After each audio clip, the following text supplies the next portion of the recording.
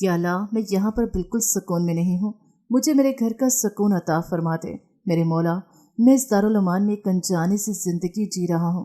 میرے بچوں نے مجھے یہاں پر چھوڑ تو دیا، لیکن نہ جانے کیا بات ہے، ایک لمحے کے لیے بھی میرا یہاں پر دل نہیں لگ رہا۔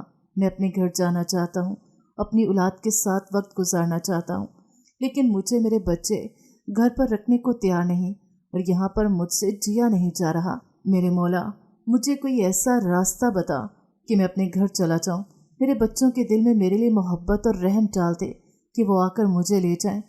میں روتے ہوئے آدھی رات کے وقت اللہ سے فریاد کر رہا تھا، کیونکہ مجھے اس دارالعمان میں آئے ہوئے تقریباً 15 دن ہو چکے تھے، اور ایک لمحے کے لیے بھی میں یہاں پر سکون میں نہیں تھا۔ دارالعمان میں مجھے اپنی بیتی ہوئی زندگی یاد آتی، اور مجھے اپنے بچے یاد آتے جو مجھے یہاں پر پھینک کر بھول گئے تھے، اور دوبارہ پلٹ کر کسی نے میری خبر بھی نہیں لی تھی۔ میں ایک ایک لمحہ اذیت میں کاٹ رہا تھا۔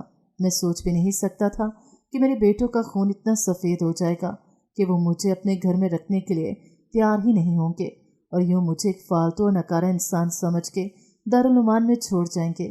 یہاں پر میرا بالکل بھی دل نہیں لگ رہا تھا، اور میں نہ جانے کس طرح بے بسی کے عالم میں اپنا وقت گزار رہا تھا۔ اب تو میں اللہ سے شکایت کرنے لگا تھا، یا اللہ مجھے یہ کس عذاب میں ڈال دیا ہے؟